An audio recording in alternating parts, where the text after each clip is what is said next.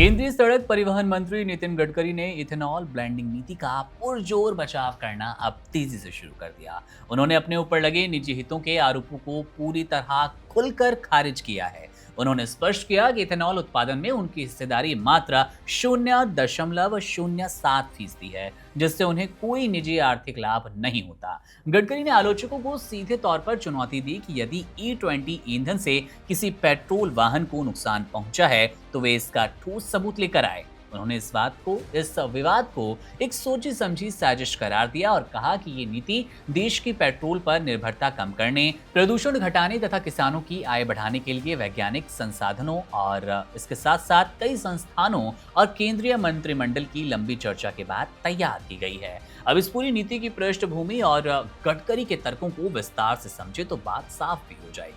अब सरकार इसे देश हित में एक बड़ा कदम मान रही है। गडकरी ने कहा कि उनका परिवार सरकार की इथेनॉल नीति से और इस नीति को आने से पहले, बहुत पहले चीनी कारोबार में सक्रिय है, इसलिए इससे उनके किसी व्यक्तिगत लाभ को बल नहीं मिलता।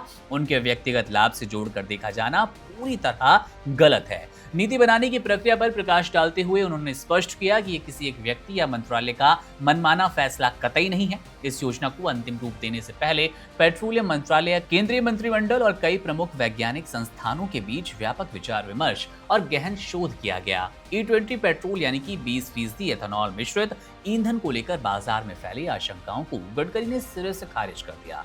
उन्होंने स्पष्ट किया कि E20 ईंधन कोई अचानक किया गया प्रयोग नहीं है। किसी भी वाहन को सड़क पर उतारने की मंजूरी मिलने से पहले लगभग 4 साल तक उसकी कड़ी टेस्टिंग की जाती है। इन वाहनों को लाखों किलोमीटर तक चलाकर हर मौसम, हर परिस्थितियों में परखा जाता है। उन्होंने सवाल उठाया कि क्या कोई भी आलोचक ऐसे 2 लोगों के नाम बता पाएगा जिनकी गाड़ी सिर्फ इथेनॉल के इस्तेमाल से खराब हो गई। गडकरी ने वाहन निर्माता कंपनियों का उदाहरण देते हुए कहा कि Maruti Suzuki, Toyota, Tata Motors और महिंद्रा जैसी देश की सबसे बड़ी ऑटोमोबाइल कंपनियों ने अब तक E20 ईंधन के कारण गाड़ियों में खराबी की एक भी शिकायत दर्ज नहीं करवाई। उन्होंने टोयोटा से जुड़े एक हालिया मामले का विशेष रूप से जिक्र किया, जहां शुरुआती तौर पर ईंधन को जिम्मेदार ठहराया गया था। हालांकि जब उस मामले की विस्तृत जांच की गई तो पता चला कि खराबी का कारण इथेनॉल नहीं और सीधे तौर पर E20 का उससे कोई लिंक ही नहीं है, बल्कि पेट्रोल में पानी की मिलावट थी। केंद्रीय मंत्री ने वाहन मालिकों को भरोसा दिलाते हुए एक स्पष्ट व्यवस्था की बात भी कही। उन्होंने कहा कि अगर किसी को लगता है कि उसकी गाड़ी इथेनॉल मिले ईंधन की वजह से खराब हुई तो वो संबंधित डीलर के साथ साथ सीधे परिवहन मंत्रालय में अपनी शिकायत दर्ज करवाए। सरकार हर एक शिकायत की पूरी संजीदगी से जांच करवाएगी और यदि जांच में ये प्रमाणिक रूप से सिद्ध हो जाता है कि नुकसान वास्तव में E20 ईंधन की वजह से हुआ तो पीड़ित व्यक्ति को सरकार की तरफ से उचित राहत और मुआवजा दिया जाएगा। वैश्विक परिदृश्य का हवाला देते हुए उन्होंने ये बताया कि इथेनॉल ब्लेंडिंग का फॉर्मूला भारत के लिए नया हो सकता है, लेकिन दुनिया के कई विकसित और विकासशील देशों में ये सालों से सफलतापूर्वक चल रहा है। अब इसके उदाहरण के तौर पर America, Brazil, Japan, Germany, Thailand और स्वीडन जैसे देश इसमें शामिल हैं और बड़े पैमाने पर इथेनॉल मिश्रित ईंधन का उपयोग करते हैं और वहां इसके सकारात्मक परिणाम देखने को मिल रहे हैं। अंत में गडकरी ने इस नीति के असली आर्थिक सामाजिक फायदों को रेखांकित किया। उन्होंने कहा कि भारत हर साल भारी मात्रा में कच्चे तेल का आयात करता है, जिससे देश का विदेशी मुद्रा भंडार प्रभावित होता है।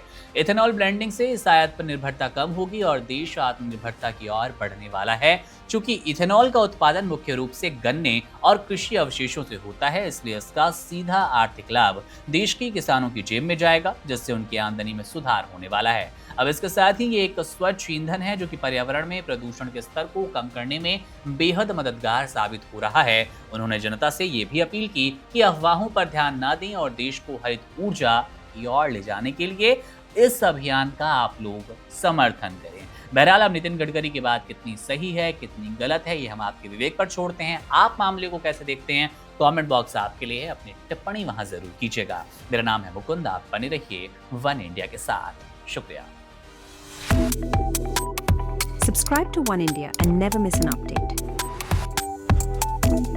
Download the One India app now.